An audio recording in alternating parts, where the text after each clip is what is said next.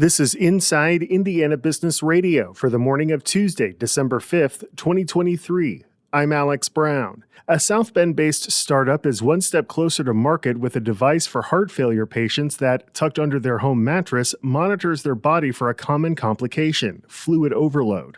Vital View Technologies CEO Ray Frazier said a recent round of funding will support critical next steps.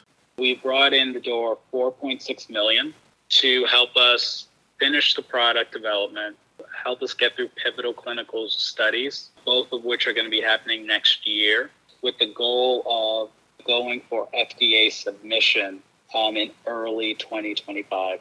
We brought on some great investors in this round. The round was co-led by Pier 70 Ventures, which is an up-and-coming venture capital fund.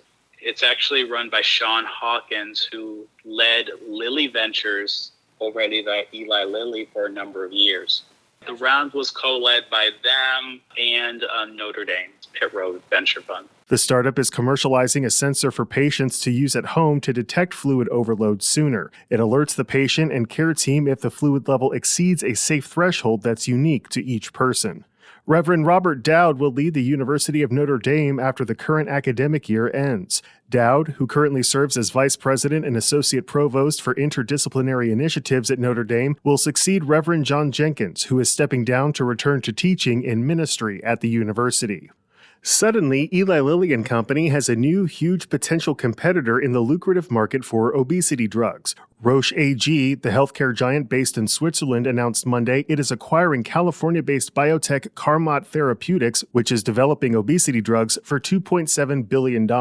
Roche AG is the parent of Roche Diagnostics, which houses its North American operations in Indianapolis. From the number one source for Indiana business news, this is Inside Indiana Business Radio. Whether it's a new hire or a noteworthy promotion, IIB's Bigwigs and New Gigs serves as a platform to promote your team. Our revamped offering includes being featured on both the newly redesigned newsletter and at InsideIndianaBusiness.com. Subscribers to the Business News subscription save $10 off every listing. Plus, you can save $100 by bundling your submission to IIB with the Indianapolis Business Journal or the Indiana Lawyer. More at InsideIndianaBusiness.com. Ascend Indiana is using two grants totaling $2.45 million to build up and increase the number of youth apprenticeship programs. Here's Gary Dick. The Central Indiana Corporate Partnerships Talent and Workforce Development Initiative says a $1.7 million grant from the Walton Family Foundation will be used to create a second cohort of 5 locations across the state to start apprenticeship pilots. Those sites will receive $25,000 and follow-up funding through Ascend Indiana's Youth Apprenticeship Accelerator.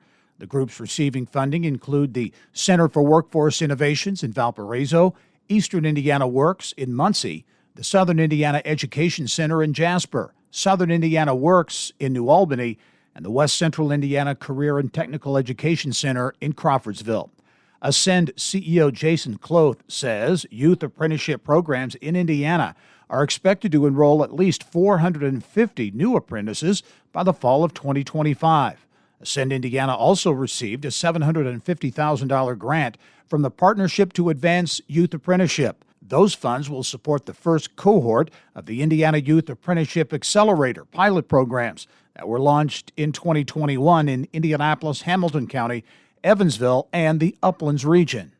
This is Gary Dick for Inside Indiana Business Radio. Acting upon evidence from a complaint filed by the Indiana Office of the Attorney General, the Indiana Board of Pharmacy has voted to sanction a Marion County doctor for illegal practices. The complaint was filed in August 2021 against Dr. Leonard Geyer. It charged Geyer with 24 counts regarding unsanitary conditions, adulterated drugs, misbranded drugs, lack of supervision of staff, failure to keep abreast of current professional theory and practice, and lack of controlled substance inventories. The board voted to put Geyer's controlled substance registration on probation for no less than 1 year. Currently, an administrative complaint remains pending before the Medical Licensing Board of Indiana regarding Geyer's physician license.